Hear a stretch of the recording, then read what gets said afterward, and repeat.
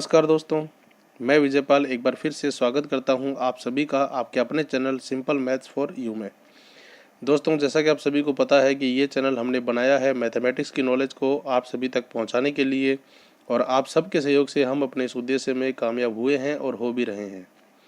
दोस्तों, आज का वीडियो आधारित है पटवार परीक्षा 2020 जो अगले कुछ महीनों में होने वाली है, और इसका आज का टॉपिक है बैठक व्यवस्था। पिछले वीडियो में हमने बैठक व्यवस्था क्या होती है, कैसे होती है, इसके बारे में पढ़ा था और एक दो एग्जाम्पल हमने देखे थे। आज हम इसके कुछ और उदाहरण करेंगे ताकि ये टॉपिक आपके बिल्कुल क्लियर हो जाए। आज का वीडियो देखने से पहले मैं सभी से रिक्वेस्ट करूंगा कि आप वीडियो को बिल्कुल लास्ट तक देखिए, फुल आवाज़ में देखिए, ताकि आपको अच्छी तरह समझ में आए। और यदि आप चैनल पे नए हो तो सब्सक्राइब जरूर कर लीजिए। अच्छा लगे वीडियो तो लाइक कर दीजिए और अपने सभी दोस्तों को भी शेयर कर दीजिए ताकि वो भी इसका फ़ायदा उठा सके। बैठक व्यवस्था के एक सवाल करने के लिए मैंने आपको सबसे ज़रूरी जो चीज़ बताई थी वो ये थी कि आपको इसमें अपना कॉमन सेंस लगाना है। कुछ एक व्यवस्था है, जो तरीके होते हैं, बाकी इसमें सारा कॉमन सेंस है। जो भी क्वेश्चन में दिया हुआ है उसको पढ़ते रहो, अपना कॉमन सेंस लगाते रहो, तो आपके सामने बिल्कुल ईजिली ये सारे क्वेश्चन हो जाएंगे। कोई बिल्कुल कठिन नहीं है। थोड़ा सा अभ्यास आपको ज़रूर करना पड़ेगा। हल्के से अभ्यास से आप इसमें बिल्कुल पारंगत हो सकते हैं और कोई भी क्वेश्चन आप इसका गलत नहीं करोगे। तो आज के इस वीडियो में हम सीधे एग्जाम्पल से ही शुरू करते हैं। सबसे पहले हम देखते हैं पहला एग्जाम्पल। ये एग्जाम्पल्स मैंने अलग अलग कंपटीशन बुक से लिए हैं, तो इसी प्रकार के क्वेश्चन पूछे जाते हैं। थोड़ा बहुत कुछ अलग क्वेश्चन हो सकता है, बाकी इसी प्रकार के आते हैं। तो हम शुरू करते हैं पहला एग्जाम्पल। देखिए, पहला जो एग्जाम्पल है उसमें कह रहा है ए बी सी और डी ताश खेल रहे हैं, यानी कि चार व्यक्ति आप क्या खेल रहे हैं, ताश खेल रहे हैं। अब आपने कभी ताश खेली होगी, तो चार व्यक्ति जब भी ताश खेलते हैं वो हमेशा इस तरह से बैठते हैं। ये कोई इस तरह की चौकोर मेज होती है या नीचे बैठते हैं। एक व्यक्ति यहाँ बैठता है, एक यहाँ और एक यहाँ, और सबके मुंह कहाँ होते हैं, केंद्र की तरफ, यहाँ। मतलब सब आमने सामने मुंह करके बैठते हैं। ठीक है, ए बी सी डी है, चार दोस्त वो ताश खेल रहे हैं। चारों दोस्तों के नाम आपको दे रखे हैं ए बी सी और डी। ये नाम कुछ भी दे सकते हैं, यहाँ पे अल्फ़ाबेट के हिसाब से ए बी सी डी नाम दे दिया। ठीक है, ए एवं सी तथा बी एवं डी आपस में जोड़ीदार हैं। अब यहाँ पर जोड़ीदार दे रखा है कि ए और सी जोड़ीदार है, बी और डी जोड़ीदार है। तो ताश के खेल में हमेशा क्या होता है कि आमने सामने जो होते हैं वो जोड़ीदार बैठते हैं। ठीक है ना, ये जो दो आमने सामने बैठेंगे ये जोड़ीदार होंगे, और ये जो आमने सामने बैठेंगे ये जोड़ीदार होंगे।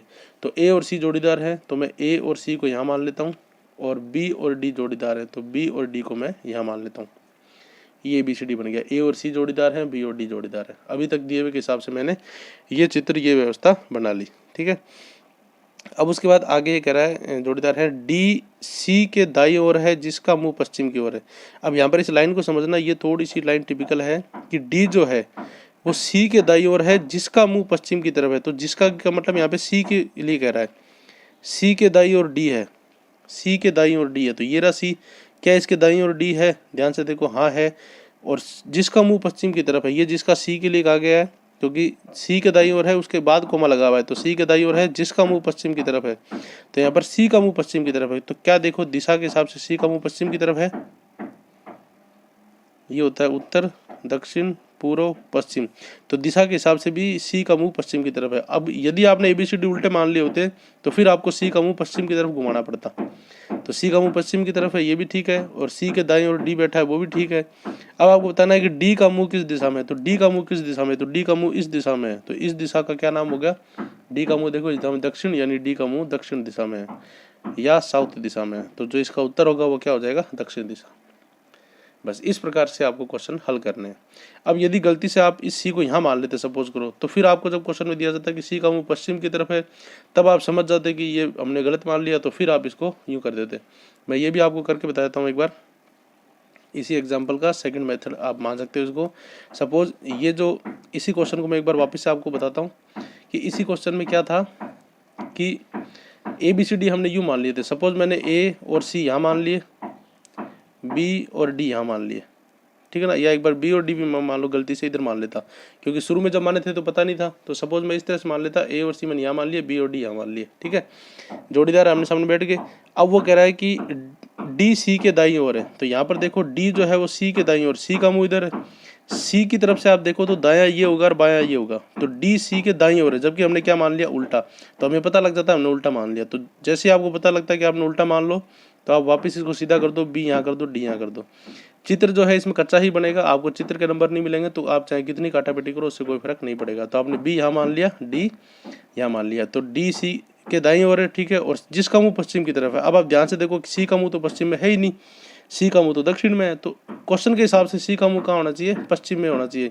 तो सी का मुंह पश्चिम में करने के लिए सी को कहाँ होना पड़ेगा, यहाँ होना पड़ेगा। तो आप इस पूरी व्यवस्था को यूँ घुमा दो, इस पूरी व्यवस्था को आप क्या करो, यूँ घुमा दो, यूँ घूमते सी का मुंह कहाँ आ जाएगा, पश्चिम में। तो जैसे ये व्यवस्था यूँ घूम जाएगी तो यहाँ पर आ जाएगा सी, बी आ जाएगा नीचे, ए आ जाएगा ऊपर और डी आ जाएगा इधर, ये। तो जैसे ही सी का मुंह पश्चिम में दिया हुआ है तो सी का मुंह पश्चिम में करते ही आपके सामने पूरी व्यवस्था सही आ जाएगी, और उसके बाद आप इजीली इसको कर सकते हो। सी का मुंह पश्चिम में, अब डी का मुंह कहाँ है, तो डी का मुंह नीचे की तरफ, नीचे का मतलब दक्षिण दिशा, तो दक्षिण इसका उत्तर आराम से हो जाएगा। यानी कि शुरू में जब आप मानते हो कि कौन कहाँ बैठा है, तो वो यदि आपने गलती से गलत भी मान लिया तो दिक्कत नहीं है, क्वेश्चन में दिए के अकॉर्डिंग चलते रहो, वो आपका बिल्कुल सही हो जाएगा, ठीक है। तो ये हुआ हमारा पहला एग्जाम्पल, दक्षिण की तरफ इसका मुंह है। तो ये पहला एग्जाम्पल हो गया। अब हम लेते हैं एक और एग्जाम्पल, उस एग्जाम्पल में भी इसी तरह से कोई बात दी गई है, और देखते हैं कि क्या बातें दी गई है, उसी हिसाब से हम अपना काम करते हैं।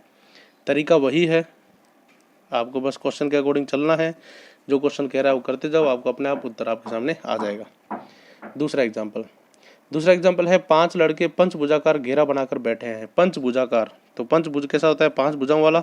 तो मैं थोड़ा सा इसको यूँ मान लेता हूँ, ये लो, ठीक है, होगी 5 भुज, बैठे हैं, एक इधर बैठा है, इधर इधर इधर आपस में वो बैठे हैं, ए बी। अब यहाँ पे देखो जो 5 जो दे रखे हैं उनके आपको नाम डायरेक्ट नहीं दिए हुए, आपको सीधे कहा हुआ है 5 लड़के पंचभुजाकार घेरा बनाकर बैठे हैं, ए आर और डी के बीच में है। यहाँ पर ए आर और डी के बीच में ये लिखा हुआ है आपको, ए जो बैठा है वो आर और डी के बीच में बैठा है। तो आप सपोज करो ए यहाँ मान लो, ए यहाँ मान लिया, ये बैठा है आर और डी के बीच में, तो आपने आर को यहाँ बैठा दिया, डी को यहाँ बैठा दिया, ठीक है। क्वेश्चन में आपको दे रखा है ए आर और डी के बीच में बैठा है, तो ए को आपने यहाँ मान लिया, आर और डी को इधर मान लिया, वो इनके बीच में बैठा है, ठीक है।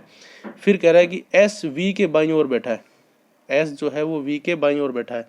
तो एस कहाँ पर है, इसमें है नहीं, वी भी नहीं है, तो एस वी के बाईं ओर बैठा है। तो इस लाइन को एक बार छोड़ दो क्योंकि वो इनसे रिलेट नहीं करती। अगली लाइन है आर एस के बाईं ओर बैठा है, आर एस के बाईं ओर बैठा है।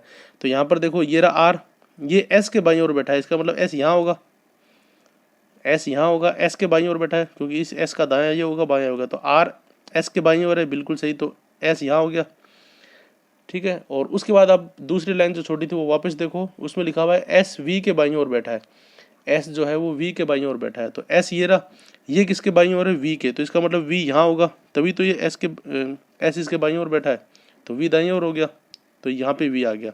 अब ये 5 जने आगे। अब आपसे पूछा है कि बताइए कि ए के दाईं ओर कौन बैठा है, तो ए के दाईं ओर ये रहा ए। अब ए के दाईं ओर कहाँ होगा, ए अगर यूँ बैठा तो इसका दायां इधर होगा, तो आर होगा ए के दाईं ओर, तो ए के दाईं ओर क्या होगा, आर। तो आर इसका क्या आ जाएगा, आंसर आ जाएगा, ठीक है।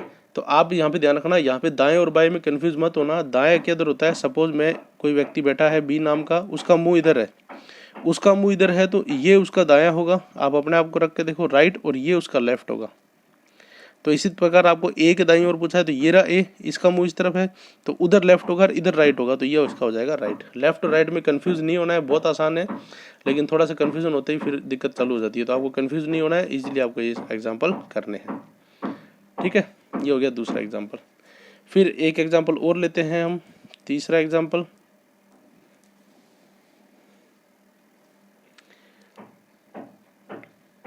देखिए तीसरा जो एग्जाम्पल है वो लेते हैं हम ये वाला। 5 मित्र एक बेंच पर बैठे हैं, एक बेंच है उस पर 5 मित्र बैठे हैं। अब देखिए बेंच कैसी होती है, बेंच हमेशा सीधी होती है, गोल मेज नहीं दी हुई आपको यूँ कहा है कि 5 मित्र है एक बेंच पर बैठे हैं, ठीक है। ए बाईं ओर है बी के, लेकिन दाईं ओर है सी के। अब ए की लाइन में आपको क्या कहा है कि ए बाईं ओर बैठा है बी के, यानी ए जो है सपोज ये रहा ए, बाईं ओर है बी के, ए जो है वो ए बाईं ओर है बी के, यानी बी यहाँ होगा, जब भी तो ए बाईं ओर है बी के, लेकिन दाईं ओर है सी के, सी के दाईं ओर है, इसका मतलब सी इधर है। ए बी के बाईं ओर है लेकिन सी के दाईं ओर है, इसका मतलब सी इधर है और बी इधर है। ये 3 की स्थिति आ गई। फिर वो कह रहा है डी बी के दाईं ओर है, डी जो है वो बी के दाईं ओर है, इसका मतलब डी यहाँ है, ये बी के दाईं ओर है, लेकिन ई के बाईं ओर है, ये जो है वो ई के बाईं ओर है, इसका मतलब ई यहाँ है, तभी तो ये डी ई के बाईं ओर है डी, ये आपको दी हुई है। बेंच के छोरों पर कौन बैठा है। अब आपको बताना है बेंच के किनारों पर कौन बैठा है। तो बेंच के एक किनारे पर तो ये बैठा है सी, और बेंच के दूसरे किनारे पर ये बैठा है ई।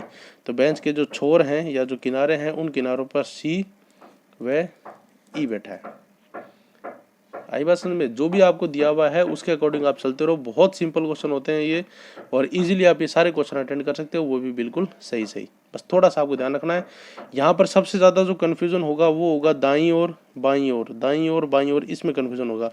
तो इसके लिए आप ये बात देख सकते हो कि जिसके दाईं ओर बैठा है वो आपको भाषा थोड़ी सी समझनी पड़ेगी। जैसे इस क्वेश्चन में भी आपको दिया हुआ है कि ए बाईं ओर है बी के, ए बाईं ओर है बी के, यानी ए बी के बाईं ओर है तो ये रहा बी, ये इसके बाईं ओर बी, और सी के दाईं ओर है तो ये सी के दाईं ओर। तो आपको ध्यान रखना पड़ेगा सी के दाईं ओर, तो सी ये रहा, सी इसका दायां इधर होगा। तो लेफ्ट और राइट, दायां और बायां में कंफ्यूज मत होना, आप ये इजीली क्लियर हो जाएगा।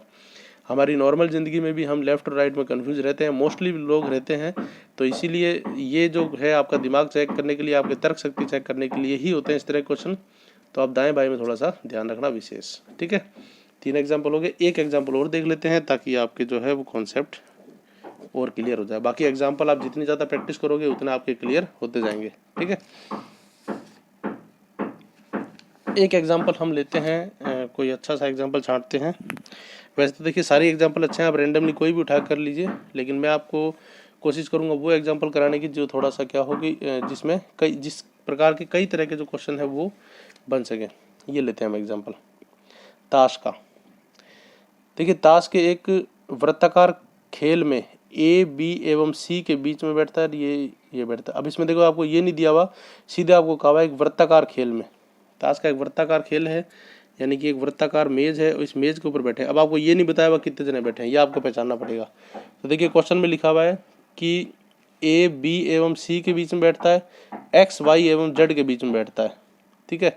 अब आपको ए बी सी और एक्स वाई जेड ये दे रखे हैं, और कहीं भी इनके अलावा कोई व्यक्ति की बात नहीं की हुई, तो अपन इसको 6 व्यक्ति मानते हैं, ए बी सी और एक्स वाई जेड। तो जब 6 व्यक्ति बैठेंगे तो एक इधर बैठेगा, एक इधर बैठेगा, 2 इधर बैठ जाएंगे और 2 इधर बैठ जाएंगे। ये 6 पॉइंट पे एक एक व्यक्ति बैठ जाएगा। अब क्वेश्चन के अकॉर्डिंग आप इनको बिठाते जाइए। पहले ही कह रहा है कि ए बी एवं सी के बीच में बैठा है, तो ए को कहीं भी मान लो आप, सपोज मैंने यहाँ मान लिया ए जो है वो बी और सी के बीच में बैठा है, ये हो गया ए बी सी के बीच में। फिर वो नेक्स्ट कह रहा है कि एक्स वाई और जेड के बीच में बैठा है, तब 3 सीटें बची हैं। एक्स वाई और जेड के बीच में बैठा है, तो एक्स को अगर मैं यहाँ बिठाऊंगा तो वाई और जेड के बीच में नहीं आएगा, तो मेरे को एक्स को यहीं बिठाना पड़ेगा और वो वाई और जेड के बीच में आएगा। एक बार मैंने इसको बिठा दिया, अब अपना आप चेक हो जाएगा कि ये सही बैठे हैं नहीं। लास्ट जो कंडीशन दे रखी है वो दे रखी है जेड बी के ठीक दाईं ओर है, जेड जो है वो बी के ठीक दाईं ओर है। तो देखिए जेड जो है ना वो बी के ठीक दाईं ओर है, तो यहाँ पर देखिए क्या वो बी के दाईं ओर है, नहीं, बी के दाईं ओर तो ए है, जेड है वो बी के दाईं ओर है। इसका मतलब अभी तो जेड सी के दाईं ओर है, इसका मतलब बी यहाँ होना चाहिए था, तो यहाँ पर बी होना चाहिए था और यहाँ पर क्या होना चाहिए था, सी, ठीक है। यानी कि जेड जो है वो बी के दाईं ओर है, तो बी यहाँ होना चाहिए था, सी यहाँ होना चाहिए था, क्योंकि ए तो बी और सी के बीच में है, चाहे कहीं भी रखो, तो बी यहाँ होगा, सी यहाँ होगा और जेड बी के दाईं ओर है। अब ये स्थिति क्या होगी, सही होगी। और फिर आपसे क्या पूछा है कि वाई के ठीक दाईं ओर कौन बैठता है, तो वाई के ठीक दाईं ओर, तो वाई के ठीक दाईं ओर देखो कौन बैठा है, सी बैठा है, तो वाई के दाईं ओर कौन बैठेगा, सी, वाई के दाईं ओर आपका कौन बैठ जाएगा, सी, ठीक है ना। अब देखो यहाँ पर हमने सवाल में इस गलती से यहाँ सी और बी लिख दिया था, लेकिन जब क्वेश्चन की तीसरी कंडीशन पड़ी तो ऑटोमेटिक उस कंडीशन के हिसाब से सेट नहीं बैठा, तो ये हमने इसको ऑटोमेटिक सही करके सही कर दिया। तो ये जब आप शुरू में मानते हो तो वो गलती से अगर गलत भी माना जाए तो भी चिंता की बात नहीं है, क्वेश्चन की जो कंडीशन दे रखी है, शर्त दे रखी है, उसके अकॉर्डिंग चलते जाओ, आपकी पोजीशन ऑटोमेटिक सही हो जाएगी और उस पोजीशन के आधार पे आप कुछ भी बता सकते हो। तो वाई के दाएं कौन बैठा है, सी। बस आपको ध्यान रखना है कि दाएं और बाएं में कंफ्यूज मत हो, नहीं होना, क्योंकि दाएं बाएं के कारण ही पूरा खेल बिगड़ जाता है। तो आज के वीडियो में इतना ही। आज के वीडियो में हमने देखे 4 एग्जाम्पल सिटिंग अरेंजमेंट के, बैठक व्यवस्था के। बहुत ही इंपॉर्टेंट टॉपिक है ये, बहुत इजी क्वेश्चन आते हैं, थोड़े से घुमे हुए होते हैं, लेकिन आप थोड़ी सी प्रैक्टिस के हिसाब से इनको आराम से क्लियर कर सकते हो। सिर्फ पटवारी की परीक्षा में ही नहीं, अन्य कॉम्पिटिशन एग्जाम में भी ये जरूर आते हैं। तो आज के वीडियो में इतना ही, मिलते हैं बहुत जल्द अगले वीडियो में। वीडियो अच्छा लगा हो तो इसे लाइक कीजिए, अपने सभी दोस्तों को शेयर कीजिए। कोई भी कन्फ्यूजन हो तो कमेंट बॉक्स में ज़रूर बताइए। चैनल पर नए हो तो सब्सक्राइब कर दीजिए और बेल आइकन दबा दीजिए ताकि आपको आने वाले हर वीडियो की नोटिफिकेशन मिलते रहे। चलिए चलते हैं, अपना ध्यान रखिएगा, मिलते हैं बहुत जल्द अगले वीडियो में।